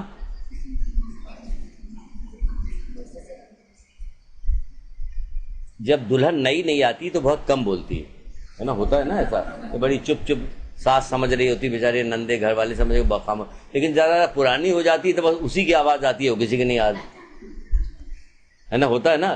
تو یہ تو بھائی پرانی کلاس ہے، اس میں جب پوچھتے تو اتنا شرمائے ہوئے دبی ہوئی زبان میں کیوں بات کی جاتی. جب آپ کو حدیث پوری یاد ہے تو دھڑ سے کہہ دیجیے اس کو، تو اچھا لگتا ہے، بہت اچھا لگتا ہے کہ حدیث کو اتنے سارے لوگ ایک ساتھ کہہ رہے ہیں. کہاں دنیا کے اندر اس وقت رواج رہ گیا ہے کہ ایک ساتھ اگر کوئی چیز پوچھی جائے تو ایک ساتھ بہت سارے لوگوں نے اس کا ایک ساتھ جواب دے دیا، کورس میں حدیث سنا دی. ایسا کہاں ہوتا ہے؟ تو جب آپ کو پتا ہے کہ عادت کا بدلنا کسی ختم تو معجز کم نہیں، تو اگر ایک مہینے یہ عادت پڑ جائے گی تو پھر اب نہیں بدلی جائے گی، پھر ہم ہمیشہ مدد کرتے رہیں گے. تو پھر ہوگا کیا؟ اللہ تعالیٰ ہماری تکلیف کو دور کرے گا آخرت میں، اور قبر سے ہم ٹھنڈے کلیجے کے ساتھ باہر آئیں گے. یعنی قبر میں ہمیں راحت تھی اور سامنے بھی ہمیں راحت ہی آرام ہی آرام ہے، کیونکہ ہمارے ساتھ وہ مثالی جسم قبر میں موجود ہے.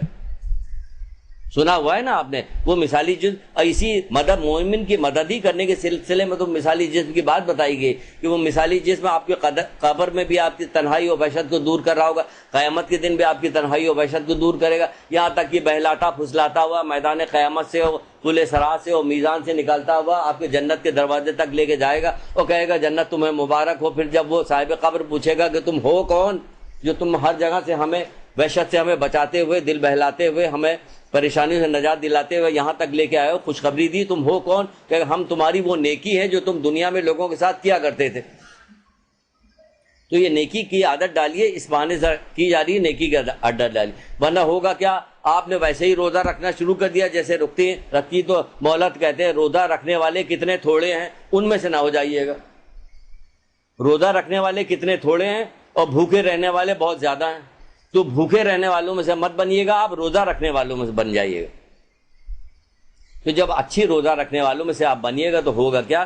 کتنی فائدے کی چیز جو ہے ماہ سیام میں آپ کو مل گئی. فرشتے آپ کے حق میں آفتار تک دعا کرتے ہیں. فرشتے یعنی مسلسل جس وقت سے آپ نے روزہ رکھا اس وقت سے آفتار کے وقت تک فرشتے آپ کے حق میں دعا کر رہے ہوتے ہیں. کتنا اچھا کتنا وقت ہوتا ہے، 14 15 گھنٹے آپ کو ملتا ہے کہ فرشتے آپ کے حق میں دعائیں کر رہے ہیں، بشرطے کے بیچ میں کوئی خلل نہ پیدا ہو. بھوکے نہ رہیے، روزہ رکھیے. جو مولا کہہ رہے ہیں کہ روزہ رکھنے والے کتنے تھوڑے ہیں اور بھوکے رہنے والے بہت زیادہ ہیں. تو بھوکے نہ رہیے، آپ کو کیا کام کرنا ہے؟ روزہ رکھنا. کیونکہ جب آپ روزہ رکھنے والے کے لیے فرشتے جو ہیں آفتار تک جو دعائیں کرتے رہے. چھٹے امام جعفر صادق علیہ السلام فرما رہے ہیں بات،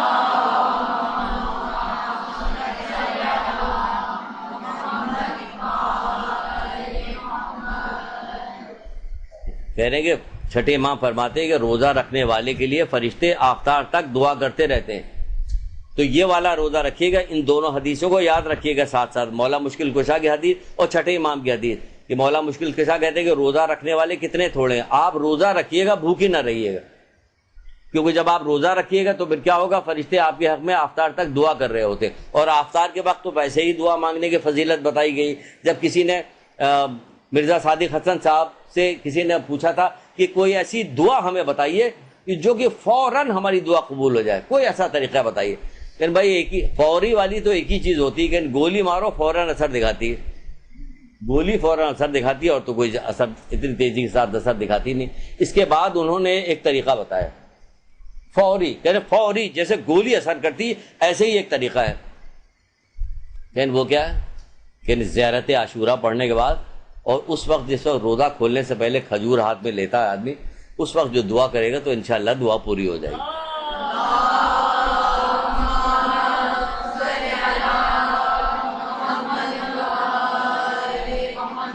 کتنا بہترین موقع ہے کہ پورا ایک مہینے ماہ سیام کو ہم کو مل رہا ہے.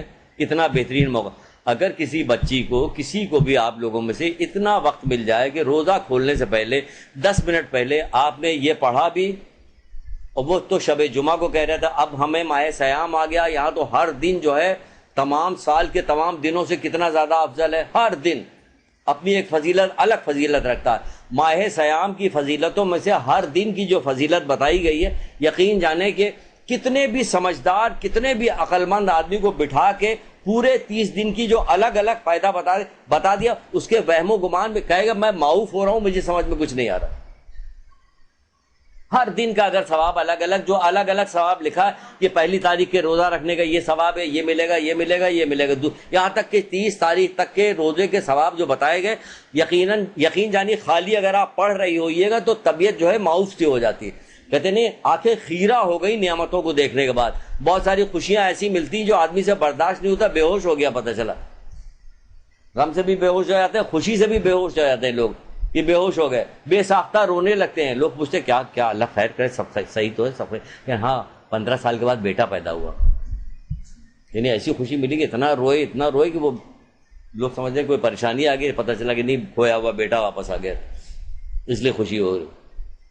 تو اسی طرح یہ تمام چیزیں اگر پڑھیے تو ذہن میں سماتی نہیں کہ بعد یہ کیسے ملے گا ہمیں اتنا سارا، وہم و گمان میں نہیں۔ تبھی تو مولا کہتے نہیں تم آنکھ بند کر کے تم سوچنا شروع کرو جنت کی نعمتوں کے بارے میں، سوچتے جاؤ، جتنا سوچ سکتے ہو سوچو، لیکن جب جنت کو دیکھو گے تو حیران ہو جاؤ گے جنت کو دیکھنے میں۔ ایک ایک چیز حیران کن چیزیں، جنت کی کسی ایک چیز کا تذکرہ اگر آپ کیجئے یا بیٹھ کے سوچئے، غور کیجئے، کبھی کچھ ساتھ سوچنے کا بھی نکالا کیجئے، دوسروں کی گناہوں کی ٹوہ لینے کے علاوہ کوئی دوسرا کام بھی کیجئے کہ جنت کی نعمتوں کے بارے میں سوچئے۔ واقعی وہم و گمان میں وہ ساری چیزیں نہیں آتی کہ یہ کیا ہوگی، یہ نعمتیں کیا ہے، خالی یہی سوچ ڈالیے آپ کہ کئی ہزار سال جنت میں آپ کے گزر گئے ہیں، وہی 16 سال کی آپ۔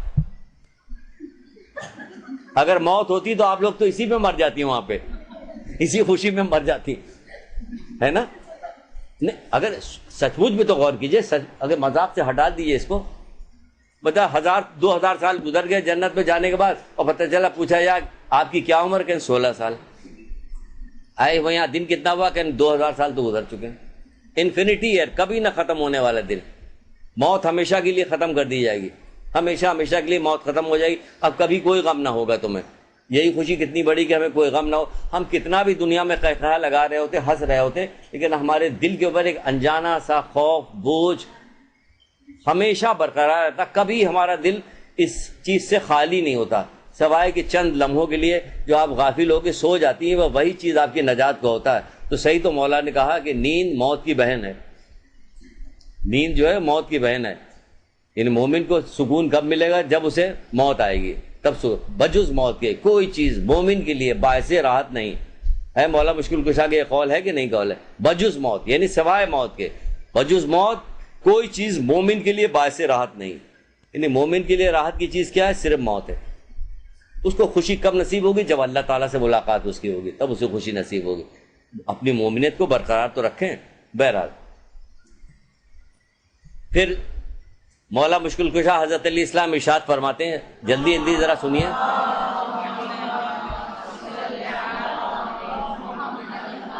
بہت ساری باتیں ابھی باقی ہے، وقت تھوڑا رہ گیا ہے۔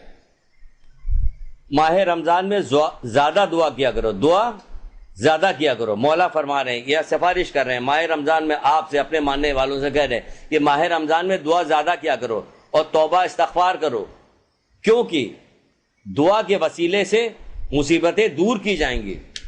یعنی زیادہ دعا کرو گے تو مصیبتیں دور، بھائی سامنے والی بھی مصیبت دور کی جائے گی، آئندہ آنے والی بھی مصیبت دور ہو جائے گی۔ بھائی یہیں سے دعا کرتے نہیں کہ پل صراط سے، جہنم کی آگ سے ہمیں بچا پروردگار، یعنی آئندہ والی بھی مصیبت اور وقتی مصیبت سب دور ہو جائے گی۔ آپ چاہیں تو اپنی آل اولاد سے مصیبتوں کو دور کر سکتے ہیں، آنے والی نسلوں کو مصیبتوں سے بچا سکتے ہیں۔ غم کریں ذرا، خالی اپنے عیش و آرام کو نہ دیکھیں، دل میں اتنا درد رکھیں کہ سوچیں کہ ٹھیک ہے ہم تو دنیا سے چلے جائیں گے، لیکن بعد میں یہ اتنی خراب دنیا ہے کہ ہماری آل اولاد مومنین کا کیا ہوگا۔ کسی کتاب میں کہیں پڑھ رہے تھے، ہمیں یاد نہیں آ رہا کہ کس کتاب میں، لیکن ہمیں اٹریکٹ بہت کی، اب ہم اسے ڈھونڈ بھی رہے کہ شاید ماد میں ہم نے پڑھا تھا، محسن قرائتی کی کتاب ماد، اس میں پڑھا تھا، یا انہی کی کتاب ہے امر بالمعروف نہی عن المنکر، اس میں پڑھا تھا، کس کتاب میں پڑھا تھا وہ کتاب نہیں یاد آ رہی مجھے کہ کس کتاب میں ہم نے پڑھا تھا کہ قارون جو زمین میں دھنسا دیا گیا ہے، جب بہت سارے فرشتے کسی وقت جا رہے تھے کسی مسئلے میں، وہ لکھا بھی ہوا کہ کس مسئلے جا، تو وہ سمجھا کہ شاید قیامت آ گئی، تو اس نے پوچھا کہ کیا قیامت آ گئی ہے، تو انہوں نے کہا نہیں قیامت تو نہیں آئی ابھی۔ تو کہا پھر اس نے اپنی قوم کے بارے میں پوچھا، بنی اسرائیل کے لوگوں کے بارے میں پوچھا، حضرت موسیٰ کہا کہ وہ لوگ تو کب کے ختم ہو گئے، وہ تو قوم کب کی ختم ہو چکی، تو اس کو بڑا رنج ہوا یہ سننے کے بعد۔ تو جب اسے سننے کے بعد یہ رنج ہوا، اپنی قوم کے بارے میں رنج کرنے کی وجہ سے پروردگار نے اس کے گناہوں میں تخفیف کر دی جو عذاب اسے آ رہا تھا. کیا سمجھیں؟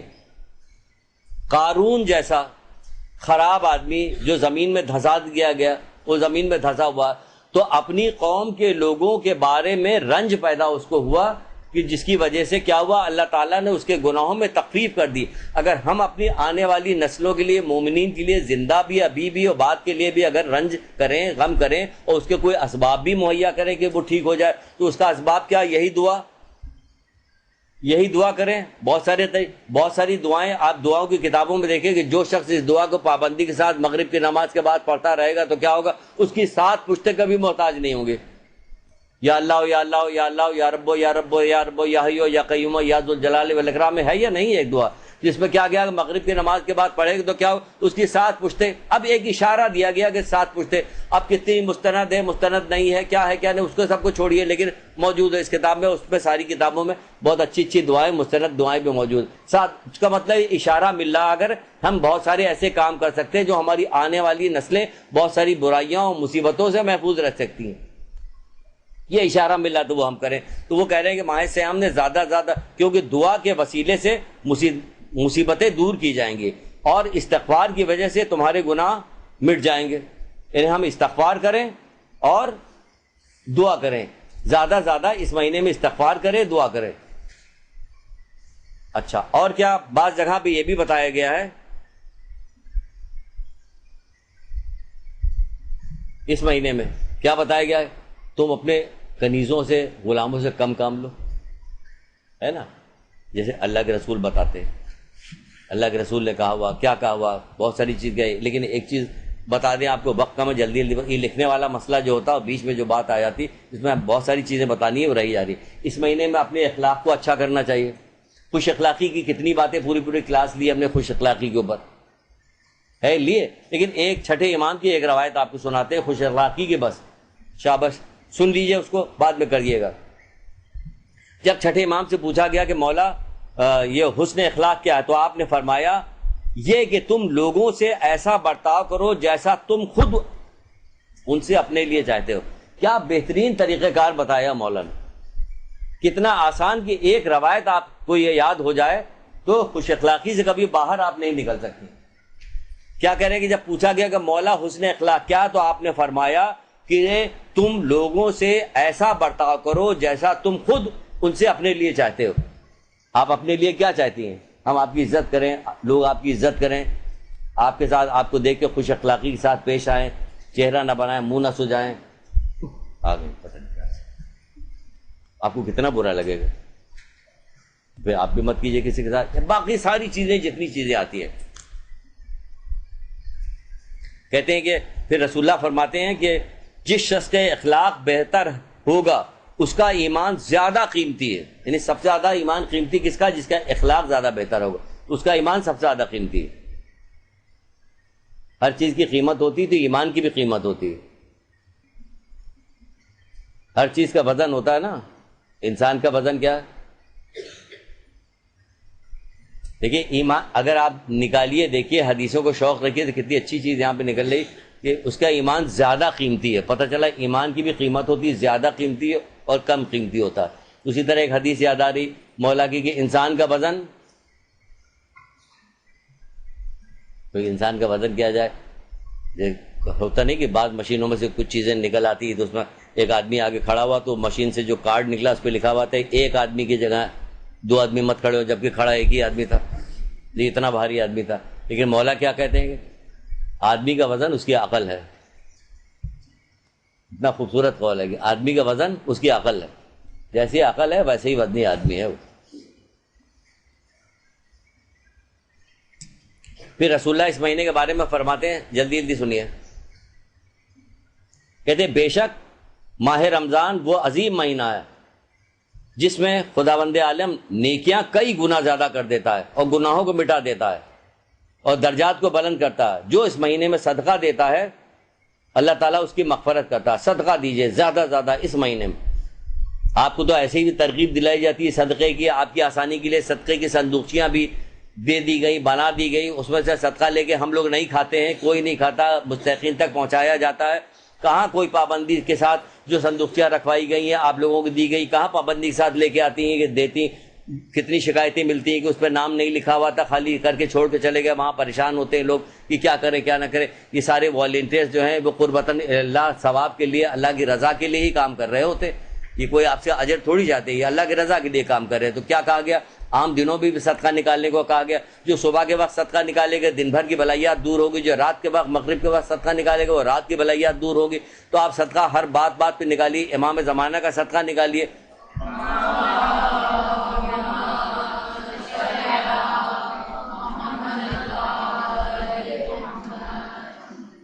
تو کیا ہوگا؟ خداوند اس مہینے میں زیادہ کرے گا، اور اس مہینے میں صدقہ دیتا ہے تو اس کے پروردگار مغفرت کرتا ہے، بخش دیتا ہے۔ اس مہینے میں عام دنوں میں بھی صدقے کا فائدہ ہوتا ہے، لیکن اس مہینے میں، اور جو اس مہینے میں نوکروں سے کم کام لیتا، اپنے نوکروں سے کام لینے میں کمی واقع کرتا، اللہ کیا کرتا ہے؟ اللہ تعالیٰ اس کی مغفرت کر دے۔ دیکھیے کیسے کیسے مغفرت ہوتا ہے، آپ کنیز سے کم کام لے رہے ہیں، اور اللہ تعالیٰ کی محبوب دیکھو، اللہ تعالیٰ کو یہ چیز کتنی زیادہ پسند ہے، آپ کی نگاہوں میں کنیز کی کوئی حیثیت نہیں ہے۔ اور وہاں کیا اشارہ دیا جا رہا ہے کہ جو اس مہینے میں کنیز سے کم کام لے گا اللہ تعالیٰ اس کی مغفرت کرے گا۔ ارے کنیز کو تو چھوڑ دیجئے، اپنے گھر میں بہو بیٹیوں کے ساتھ، ان کے ساتھ رحم کیجئے، کام کرنے والیوں کے ساتھ رحم کیجئے۔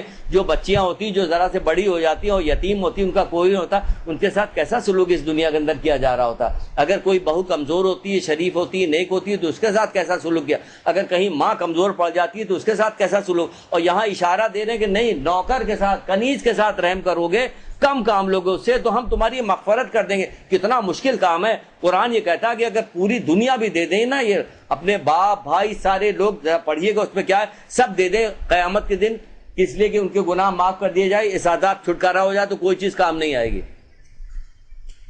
ہے یا نہیں ہے؟ بلکہ ایک روایت تو آپ کو رسول اللہ صلی اللہ علیہ وسلم کی یا کسی کی سنائی تھی ہم نے، کہ جس میں بتایا اگر کوئی کسی مومن کو اذیت پہنچائے اور پہنچانے کے بعد یہ پوری دنیا اسے دے دے تو کیا ہوگا؟ نہ اس پوری دنیا کو دینے کا اسے کفارہ ہوگا، اور نہ اس کا کوئی اجر ملے گا اس کو، پوری دنیا دے دینے کا۔ کیا سمجھتی ہیں آپ اس کو؟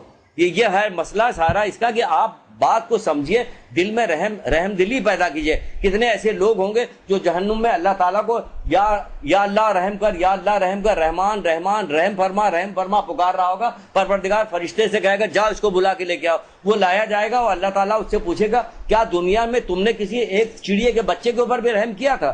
تو اس کا کیا، وہ کہے گا ہاں۔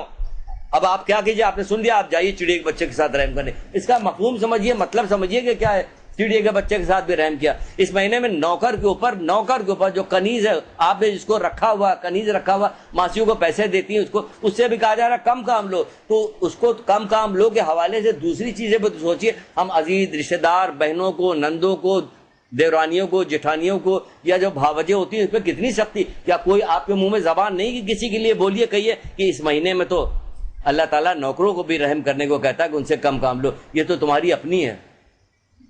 کہیں تو زبان کھولیے تو اثر ہوگا اس کا، کہا جائے گا، روکا جائے گا۔ تو کیا کہا جا رہا ہے کہ کم کام لے تو خداوند عالم اس کی مغفرت کرے، اور اس مہینے میں اپنے اخلاق کو اچھا کرے تو خداوند عالم اس کی مغفرت فرمائے گا۔ اپنے اخلاق کو اچھا کرے، اخلاق کے بارے میں تو بتا دیے کیا کرنا ہے۔ جو آپ چاہتی کہ لوگ آپ کے ساتھ جیسا برتاؤ کریں، آپ ویسے ہی آپ لوگوں کے ساتھ برتاؤ کیجیے۔ اور اس کا وزن کتنا زیادہ، عام دنوں میں اس کا وزن کتنا زیادہ کہ میزان کے اوپر سب سے پہلی جو چیز رکھی جائے گی وہ یہی حسن اخلاق ہے۔ میزان پہ سب سے بھاری چیز ہوگا یہی حسن اخلاق ہے۔ میزان پہ سب سے وزنی جو چیز ہوگی یہی حسن اخلاق ہے۔ اور درجہ بلندی یعنی کہ اعمال کی سب سے بلند ترین جو چیز ہوگی وہی حسن اخلاق ہے۔ اس کو کہا جا رہا ہے اس مہینے میں جو اچھا کر کے رکھے گا۔ اور آپ سے تو عام دنوں بھی کہا جائے بڑے اچھے اخلاق کے مالک ہے، اچھا اخلاق تو عام تو ماہ سیام میں تو اخلاق کی اور زیادہ ضرورت ہے، اس میں تو اس کا اجر اور زیادہ ملے گا آپ کو۔ تو کیا کہا اللہ تعالیٰ اس کی مغفرت کرے گا، مغفرت کہہ رہا، پکار کے کہہ رہا مغفرت کر دیں گے۔ اور جو اس مہینے میں اپنے غصے کو قابو میں پائے، بتا چکے ہیں کہ کیا ہوگا، اللہ تعالیٰ اس کی مغفرت فرمائے گا۔ اور جو اس مہینے میں صلہ رحمی کرے، جلدی بتا رہے ہیں ہم کیونکہ وقت کم ہے، اس مہینے میں صلہ رحمی کیجیے، قطع رحمی کیجیے، چھوڑ دیجیے۔ آپ سمجھ جائیے کہ آپ کسی بڑی مصیبت میں گرفتار ہو گئی، اب آپ چھوٹے سے پولیس والے کی خوشامد کر رہی کہ اب تمہارے بیٹے کو چھوڑ دیں۔ چھوٹے سے پولیس والے، جس کا حسب نسب جس طرح کے پولیس والے ہوتے کہ جن کی طرف دیکھنے سے بھی شاید دل کے اندر کرائیت پیدا ہوتی ہے اور نقصان پیدا ہوتا ہے. کہا نہیں کیا کہ کنجوس کی طرف دیکھنے سے کیا ہوتا؟ سنائی نا حدیث کہ کنجوس کی طرف مت دیکھو کہ اس سے بھی دل سخت ہو جاتا کنجوس کے. تو ان کی طرف دیکھنے سے، ان میں تو پتہ نہیں کتنے عیب موجود ہیں، ان کی طرف دیکھنے سے دل کی کیا حالت ہوتی. ان کی بھی خوشامد کرنے لگ. کس لیے؟ جب اپنا کوئی کام کروانا ہوتا. تو صلہ رحمی کیجیے. آج ہمیں بہت ساری چیزیں چاہیے. جب ہم قبر میں جائیں گے تو کوئی چیز ہمارے کام آنے والی نہیں ہے. یہ دنیا کا کرنا منٹوں میں ختم ہو جائے گا. ذرا خود بھی سوچئے کہ جب قیامت برپا ہوگی تو اللہ تعالیٰ جہنمی سے پوچھے گا بھلا بتاؤ تو صحیح دنیا میں کتنے دن زندہ رہے؟ تو وہ کہیں گے ہم ایک دن یا اس سے بھی کم زندہ رہے. یا اس سے پوچھ دیکھ جو دنوں مہینوں کی گنتی کرتا رہو. اس پہ اللہ تعالیٰ کہے گا تم نے سچ کہا، جیتے جی اتنی بات سمجھ جاتے. یعنی ہماری اس دنیا کی زندگی، آپ کا سارا غرور اور تکبر اور بد اخلاقی اور ساری سختی جو ہے ایک دن یا اس سے کم کے لیے ہے. یہ ہمارے لیے عبرت ہے یہ والی آیت کہ دنیا میں کتنے دن زندہ رہے؟ ایک دن. اب سمجھیے یہ ایک دن کی زندگی ہے ہماری ہے، جس میں اتنی. ایک نبی گزر رہے تھے، کوئی نبی گزر رہا تھا، قبرستان کے بعد سے گزر رہا تھا، دیکھا ایک عورت ایک قبر کے بعد بیٹھی رو رہی تھی. رک گئے، رکنے کے بعد پوچھا کیا ماجرا؟ کہ ہمارا بیٹا، ہمارا سارے بیٹے 500 سال کی عمر میں مر جاتے ہیں، کیا ہمارے کسی بیٹے کی شادی نہیں ہوگی؟ اب بتائیے، یہاں اگر 500 سال کی عمر پتہ چل جائے ہمیں تو شاید ہی 1 مہینے کے بعد کوئی دنیا میں باقی رہ جائے. سب تو مر جائیں گے کیونکہ وہ فساد برپا ہوگا. اللہ معاذ کوئی کسی سے ڈرنے والا نہیں. اگر پتہ چل جائے یہ زندگی کا پتہ نہیں، بھروسہ نہیں، کب مر گئے. کل بھی دیکھے 11-12 آدمی شہید کر دیے گئے وہاں کوئٹہ میں. وہاں یہی سلسلہ چلا ہوا. پھر تو امر بالمعروف نہی منکر نہیں کرو گے نا تو پھر کیا ہوگا؟ تمہارے نیک لوگ اللہ سے عذاب کے دفع ہونے کی دعا کریں گے اور اللہ ان کی دعا قبول نہیں کرے گا. ہم وہ لوگ ہیں جو ہم نے امر بالمعروف نہی منکر بند کر دیا ہے. تو جس کی وجہ سے کیا ہو گیا؟ یہ ہو گیا جس کی وجہ سے اب دعا، ایک تو دعا کرتا کون ہے؟ خالی اخبار میں پڑھا آگے بڑھ گئے، کیونکہ ہم سے کوئی تعلق نہیں، دعا کرنا نہیں. بہترین چیز یہ دعا ہے، یہ جس کے ذریعے سے آپ اپنی کردار سازی کر، کسی کی مصیبت، کسی کی پریشانی کے بارے میں سنیں اور دعا کرنا شروع کر دیں. اس کے بارے میں غائبانہ دعا، اسے خبر بھی نہ ہو، قیامت کے دن اسے پتہ چلے کہ یہ بھی کوئی تھا جس نے میرے لیے دعا کی تھی. ایسی دعا کیجیے.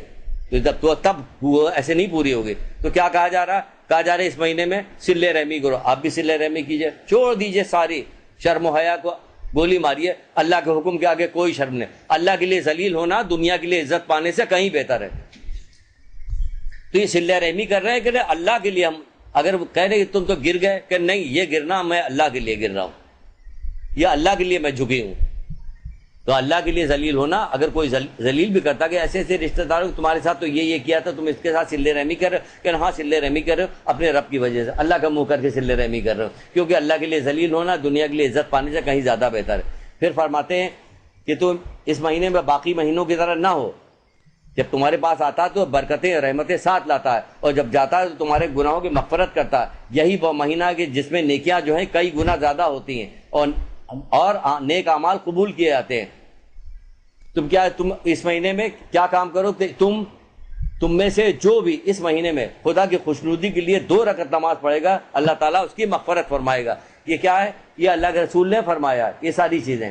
پھر کہتے ہیں بدبخت ہے وہ آدمی جس کے ہاتھ میں یہ مہینہ نکل جائے وہ اپنے گناہوں کو معاف نہ کروا پائے. تو گناہوں کو معاف کروا کے ایسے ہی ہوگا جتنی چیزیں گنائی گئی کہ آپ کو صلہ رحمی کرنا، آپ کو حسن اخلاق برتنا، آپ کو اپنے غصے کو قابو میں کرنا، آپ کو لوگوں کے ساتھ رحم کرنا، یعنی کہ کنیز کے ساتھ اگر کم کام لیجیے گا یعنی کہ آپ اس کے ساتھ رحم، آپ کو صدقہ دینا، آپ کو تلاوت قرآن کرنا ہے، آپ کو دعا زیادہ کرنا، آپ کو استغفار کرنا، گناہوں کو معافی مانگیے، استغفار کیجیے. خالی زبانی استغفار نہ کیجیے کہ تسبیح کے دانے ٹن ٹن ٹن گرتے چلے جا رہے ہیں، وہ کچھ سمجھ میں نہیں آ رہا کہ کس بات کی استغفار کریں، کس بات کی توبہ کر رہے ہیں. کیونکہ اکثر توبہ کرنے والے زیادہ تر ایسے ہی ہوتے، توبہ تو کر رہے تھے لیکن اسی گناہ پہ مسلسل اڑے بھی ہوتے ہیں. آپ دیکھیے کہ جتنے توبہ کرنے والے لوگ ہر نماز کے بعد لوگ توبہ کرتے ہیں، ہر نماز پڑھنے کے بعد توبہ کرتے ہیں، لیکن ہم یہ نہیں دیکھتے کہ توبہ کرنے والے گناہ کو چھوڑتے چلے جا رہے ہیں. گناہ کو کوئی نہیں چھوڑتا، خالی وہ تسبیح کے دانے گر رہے ہوتے ہیں، بس گناہ کو کوئی نہیں چھوڑا تھا. نہیں، توبہ کیجیے، سچی توبہ کیجیے. سچی توبہ میں ایک بات کیا بتائیے، رسول اللہ صلی اللہ علیہ وسلم نے حضرت علی السلام سے ارشاد فرمایا، کیا کہا؟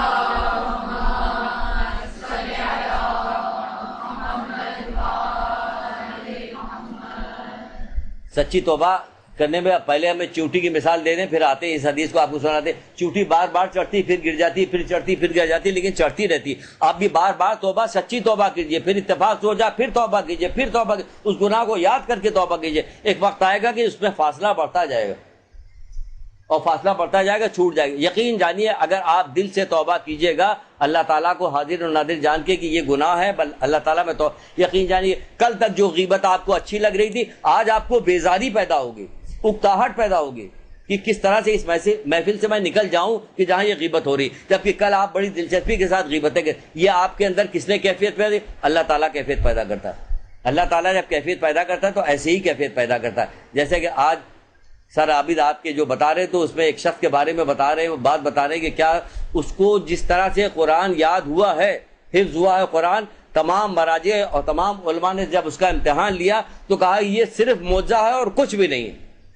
یہ کیا ہوا؟ کیسے جاہل ترین آدمی جسے ایک لفظ پڑھنا نہیں آتا تھا، اس کو قرآن ایسا یاد ہو گیا کہ قرآن کے بیچ میں عربی کی دوسری دعاؤں کے ملا کے اس کے سامنے پیش کیا گیا تو اس نے کہا یہ قرآن ہے، یہ الگ سے آئی اس بات۔ بہت ساری قرآن کی ایک جیسی آیت نکال کے سب کو آپس میں ملا دیا تو وہ کہتا یہ فلاں جگہ سورہ نمل کی آیت ہے، یہ سورہ آل عمران کی آیت ہے، سورہ بقرہ، سب کو نکال کے الگ الگ اس نے کر دیا، یہ سب کو ملایا آپ نے، یہ سب الگ الگ ہے۔ اس طرح قرآن اس کو یاد ہو گیا۔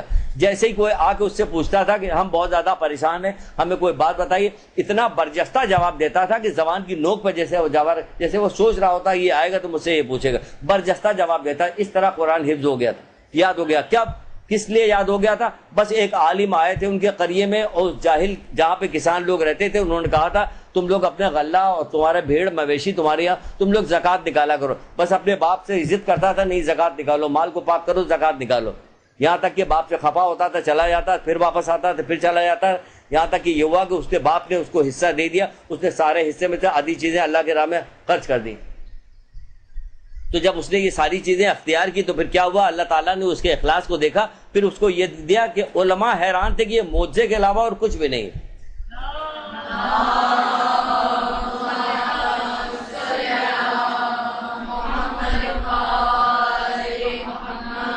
یہ معجزے کے تو آپ کیسے ممکن ہے جو اللہ تعالیٰ سے صحیح معنوں میں آپ توبہ کیجیے گا پھر وہی گناہ کیجیے گا تو آپ کو لذت آئے گی؟ کبھی نہیں آئے گی۔ جب آپ کو لذت نہ محسوس ہو اللہ تعالیٰ کا شکر ادا کیجیے گا، پروردگار تو نے یہ کیفیت پیدا کر دی، کیا تیری شان ہے، کیا تیری سجدہ کیجیے اللہ تعالیٰ سے، شکرانہ اس کا ادا کیجیے گا۔ پروردگار کل تک جس چیز میں مجھے لذت آتی تھی، جس گناہ میں، آج اس گناہوں سے مجھے بیزاری ہو گئی، میں گناہ سے بیزار ہوں۔ اس کے بعد کہا جاتا ہے کہ سحر کھاؤ، روزہ رکھنے میں سحر کے ذریعے سے مدد کرو۔ بھائی یہ تو کہنا ہی بیکار ہے، یہاں پہ لوگ سحری اتنی کرتے ہیں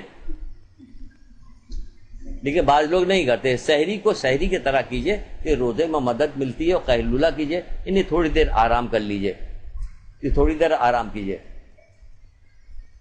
تو یہ ہے روزے کا فائدہ، یہ ہے روزے کا ثواب کہ جب ہم روزہ رکھیں تو ہمارے کان، آنکھ، ناک، ہر چیز ہماری روزے سے ہونی چاہیے۔